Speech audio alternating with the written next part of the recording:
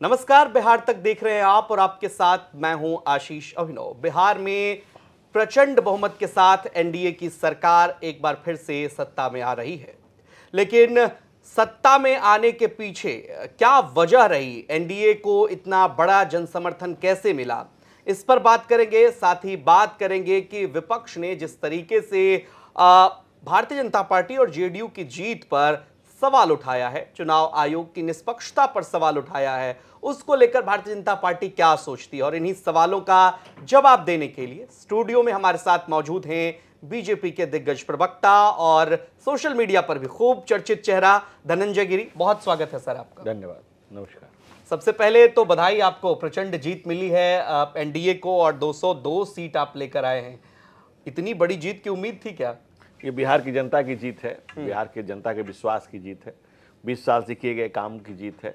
जो सेवा 20 साल से हम लोग कर रहे हैं, जो पटना में गंगा बहती हैं और जो 20 साल से हम लोगों ने, जो सतयुग से बह रही है लेकिन 20 साल से जो विकास की गंगा घर घर में पहुंची है, उसका प्रतिफल है। माताओं बहनों का आशीर्वाद है, बिहार की जनता का आशीर्वाद है। हम जनता के चरणों में सर झुकाकर इसके लिए साधुवाद और धन्यवाद देते हैं। ठीक है, अब चूंकि विपक्ष के लोग सवाल उठा रहे हैं और आप प्रवक्ता हैं और मैं एक पत्रकार हूं, तो मुझे लगता है विपक्ष का जो सवाल है वो आपसे मैं ज्यादा पूछूं यहां पर।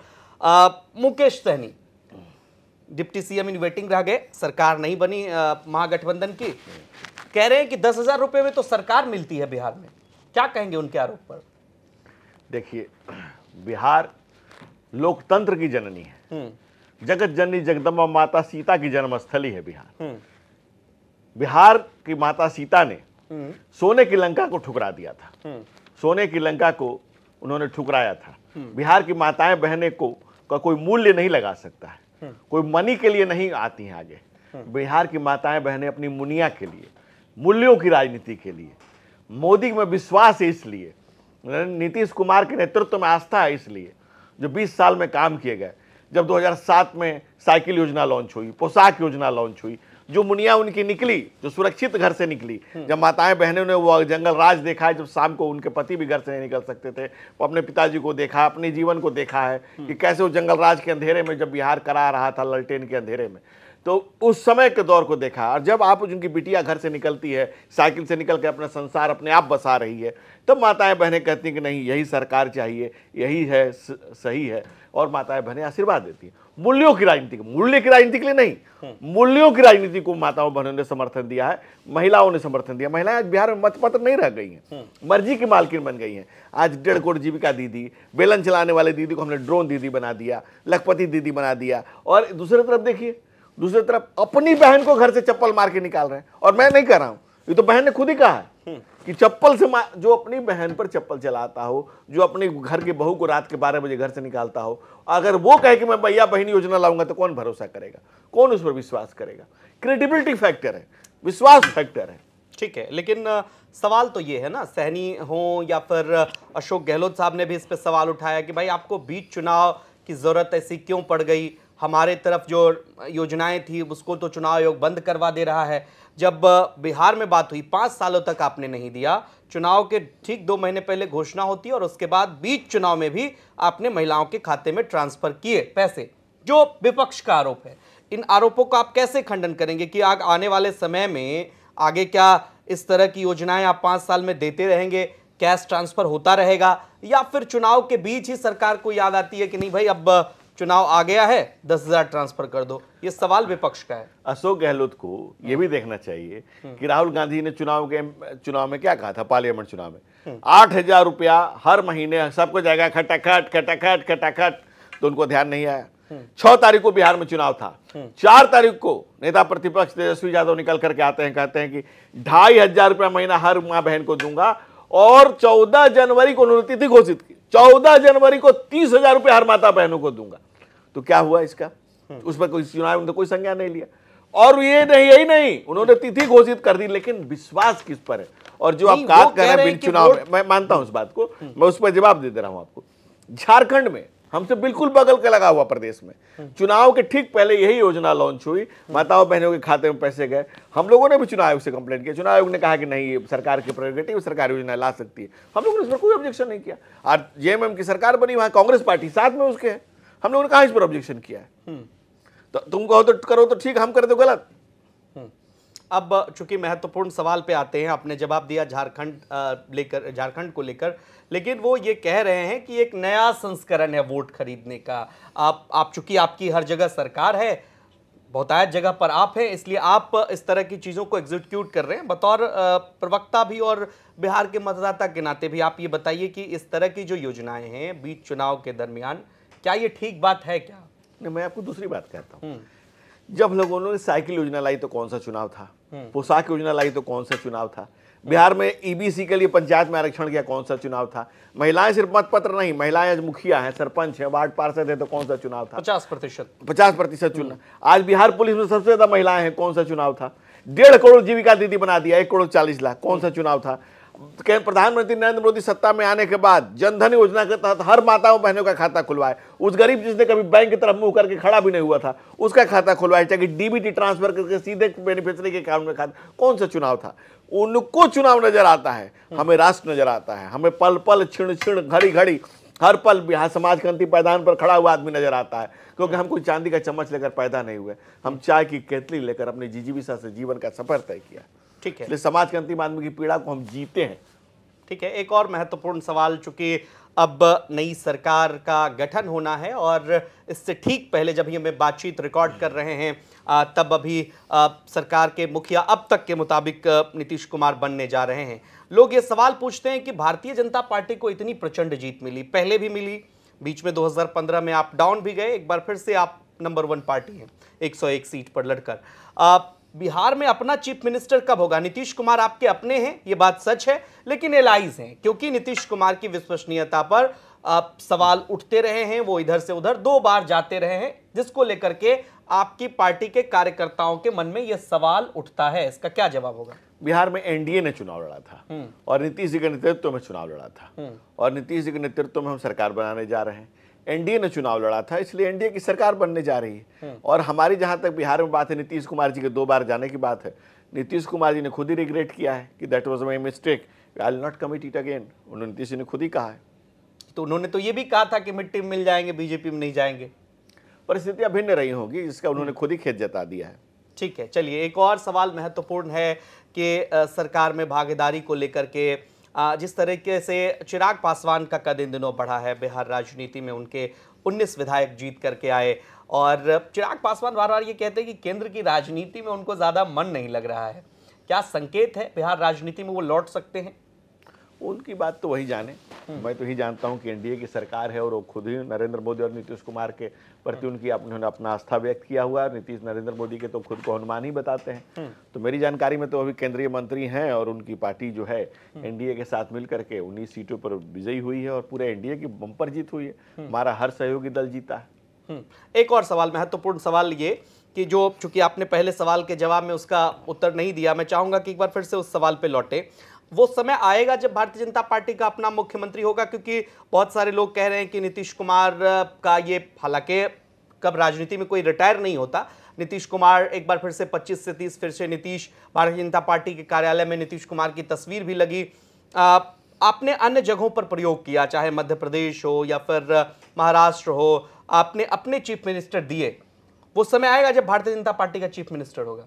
देखिए, मैं ये मान के चलता हूं कि एनडीए का चुनाव हुआ है। एनडीए का चुनाव नरेंद्र मोदी और नीतीश कुमार के नेतृत्व में लड़ा गया है। नरेंद्र मोदी यहाँ के नेता हैं, राष्ट्र के नेता हैं, अंतर्राष्ट्रीय स्तर पर उनकी ख्याति है। नीतीश कुमार जी बिहार के हमारे एनडीए के नेता हैं और उनका नेतृत्व सबको स्वीकार्य है। पर वर्तमान में तो ही परिस्थितियां हैं जिसको हम आप बता सकते हैं। ठीक है, भविष्य के घर में क्या छुपा है, मैं कोई भविष्यवक्ता तो हूं नहीं। ठीक है, अब चलिए, चूंकि किसी परिवार का अगर कोई राजनीतिक ताल्लुकात होता है तो उसकी चर्चा खूब हो जाती है। रोहिणी ने जिस तरह से आरोप लगाए कि संजय यादव या फिर रमीज़ का जिक्र किया उन्होंने, ये सारे प्रकरण जो हैं, आपको लगता है कि आरजेडी अपने घर में ही घिर करके रह गई और चुनिंदा लोगों के इर्द गिर्द ही तेजस्वी यादव रहे और जिस वजह से उन्हें इस तरह का हार 2010 के बाद से इतनी बड़ी हार का सामना करना पड़ा? देखिए, बाबा तुलसी ने कहा है, जहाँ सुमति तहाँ संपत्ति नाना, जहाँ कुमति तहाँ वहाँ विपत्ति निधाना। जहाँ कुमति होगा, गलत संगत होगा, संगत से गुण होते, संगत से गुण जात। तेजस्वी जी आज जिस संगत में पड़े हुए हैं, सब लोग उसकी चर्चा कर रहे हैं, वो रमीज की चर्चा हो या चाहे संजय यादव की चर्चा हो। अब बिहार के यादवों को भी लगता है कि अब हरियाणा के एक यादव हम पर कंट्रोल कर रहा है, परिवार टूट रहा है उनका, रमीज का कंट्रोल हो गया है। अब बताइए, जो मैया बहिनी योजना लाने की बात करते हैं, रात के मध्य रात्रि में उनके घर से उनकी भाभी निकाली गई, उनकी बहू, जब बहू को रोड पर निकाला गया, और भी बड़े परिवार की, बड़े घर की बेटी को निकाला गया। आप ऐश्वर्या की बात मैं कर रहा हूँ। और आज अपनी सगी बहन को निकाला गया, और मैं नहीं कह रहा हूँ वो बहन घर से निकल करके करेगी मुझे चप्पल चलाया गया, मैं तो नहीं कह रहा हूँ, ये उस बहन ने रोते हुए कहा कि मुझ पर चप्पल चलाया गया। अब जो आदमी अपनी बहन पर चप्पल चला देता हो, बिहार की माताओं बहनों के साथ क्या करता, अगर गलती से वो व्यक्ति कहीं ताकतवर हो जाए, मजबूत हो जाए, तो क्या करेगा, आप अंदाजा लगा लीजिए इससे। नजर का तीर जिगर में रहना चाहिए, और घर की बात घर में रहनी चाहिए। घर की बात अगर बाजार में आ जाए तो बाजारू हो जाती है। आज पूरा बिहार की माताएं बहनें थू थू कर रही हैं और धन्यवाद दे रही हैं कि अच्छा हुआ कि उन्होंने एनडीए को वोट दिया, नहीं तो इनके चक्कर में सियारा हुए है रंग बदल ले बा, ये बात खुल के सामने आ गई। ठीक है, एक और सवाल। तेज प्रताप यादव ने, उनकी पार्टी ने एनडीए को नैतिक समर्थन दे दिया, स्वीकार है तेज प्रताप यादव आपको, चूंकि लालू परिवार से तो वो भी हैं, स्वीकार कर रहे हैं आप उनको? देखिए, हमारे यहाँ तो कोई भी व्यक्ति अगर आपको शुभकामना देता हो तो आप उसको स्वीकार करेंगे ही नहीं। तो ये तो भारतीय परंपरा है, भारतीय परंपरा है, इसमें को अच्छा। दूसरी बात एक और है, मजेदार ये है, बिहार में यादव जो है, जो एमवाई का कॉम्बिनेशन है, एम तो अपने जो मौन था वो मुखर हो गया है, वो अपना वोट अपना प्रतिशत मांग रहा है कि हमारे लिए क्या कर रहे हो। आरजेडी के जो विघटन का कारण है, आरजेडी के इतने नीचे जाने का कारण है, उसका दो कारण। एक तो एम मुस्लिम जो है वो अपना हक मांग रहा है कि भाई हमारा हक कब दोगे। वाई में बड़ा फ्रेगमेंटेशन ये हुआ है कि यादव अपने आप को कृष्ण से कनेक्ट करते हैं।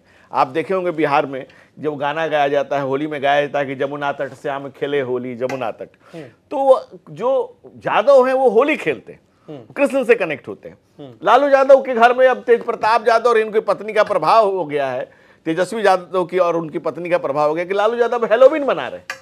अब हेलोविन मनाने का मतलब अब क्राइस्ट से कनेक्ट हो रहा है, तो यादवों को लगता है कि हम कृष्ण के वंशज क्राइस्ट के करीब कैसे जाएं, तो वो ये समस्या हो गई है, इसलिए यादव भी अब उनसे डिस्कनेक्ट हो रहे हैं। ये तो सर्वधर्म संभाव का भी तो भाव हो सकता है। जाकी रही भावना जैसी रघु मूरत देखी थी, तैसी सर्वधर्म संभाव का बात अगर है तो आप जन्मदिन मनाते हैं तो पीछे क्राइस्ट नजर आते हैं, वो तो सबने देख लिया ना। ठीक है, चलिए, मतलब तेज प्रताप पर कुछ बोल नहीं रहे आप। अगर वो उनको, जैसे आपको उन्होंने नैतिक समर्थन दिया, मैं इस सवाल पे आ रहा हूं कि तेज प्रताप यादव भारतीय जनता पार्टी को स्वीकार है ना, कोई दिक्कत नहीं। अगर कल को तेज प्रताप यादव एनडीए में शामिल हो जाते हैं, आपकी पार्टी में आने को तैयार हो जाते हैं, तो आप स्वीकार करेंगे? देखिए, ऐसी संभावना मुझे दूर दूर तक नहीं लगती है, वो दूर तक नहीं लगती है। लेकिन हम तो सबको जोड़ने वाले लोग हैं। जो मार्क्स, मिल्सी, मैकफरस, प्रोफेसर लास्की, बाबा साहब डॉक्टर भीमराव अम्बेडकर, इस सबने जो सूत्र दिया, उस सूत्र को प्रधानमंत्री नरेंद्र मोदी ने पिरो करके एक मंत्र दिया। मंत्र जो है मोदी मंत्र, आने वाली पीढ़ियां उस पर मंत्रणा करेगी, वो महामंत्र होगा। वो मंत्र क्या है? सबका साथ, सबका विकास, सबका विश्वास और सबका प्रयास। हम किसी को नहीं छोड़ते, इंक्लूसिव और कंक्लूसिव पॉलिटिक्स करते हैं। इसीलिए नरेंद्र मोदी और नीतीश कुमार के नेतृत्व में आज प्रो इनकम्बेंसी का एक नया दौर शुरू हुआ है राजनीति में। ठीक है, जब सबका साथ, सबका विकास, सबका विश्वास की बात करते हैं, और आपने तुरंत अभी एमवाई का भी जिक्र किया। पिछले इंटरव्यू में आपसे बिहार तक ने यह सवाल पूछा था, आपने एम को इग्नोर कर दिया। चिराग पासवान ने एक कैंडिडेट को टिकट दिया, नीतीश जी ने 4 को टिकट दिया, भारतीय जनता पार्टी ने कहा, अमित शाह जी ने भी कहा कि जो जीतता है हम उसी को टिकट देते हैं। तो आपको नहीं लगता कि नेतृत्व देना चाहिए, या फिर एक बार फिर से मंत्री बनाएंगे आप किन्हीं को उस समाज से? बनाया था आपने पिछली सरकार में। ऐसा है ना कि एनडीए ने 5 टिकट दिए हैं, और 5 टिकट दिए, उसमें से जो लोग जीत के आए उसमें कंसिडरेशन जरूर होगा, इसमें कौन सी बड़ी बात है। और बाबा साहब डॉक्टर भीमराव अम्बेडकर के दिए गए संविधान में किसी जाति धर्म की तो बात ही नहीं है। आपने अगर पंच परमेश्वर पढ़ी हो तो जो पंच बन जाता है वो किसी जाति धर्म का रह नहीं जाता है, तो सबका हो जाता है ना। चलिए, ठीक है, 5 साल मजबूती से ये सरकार चलने वाली है। बिल्कुल, नीतीश कुमार ही मुख्यमंत्री रहेंगे 5 साल। ईश्वर उनको दीर्घायु करें, शतायु करें, 5 साल के बाद भी रहे तो क्या दिक्कत है। चलिए, बहुत बहुत शुक्रिया धनंजय जी, आप स्टूडियो में आए और तमाम सवालों के आपने जवाब दिए, और एक बार फिर से आपको बधाई कि शानदार जीत मिली है आपको। बिहार की 14 करोड़ जनता को बधाई और धन्यवाद। बहुत शुक्रिया। तो ये बातचीत आपको कैसी लगी कमेंट सेक्शन में हमें जरूर बताइए, और बिहार की तमाम खबरों के लिए आप देखते रहिए बिहार तक। नमस्कार।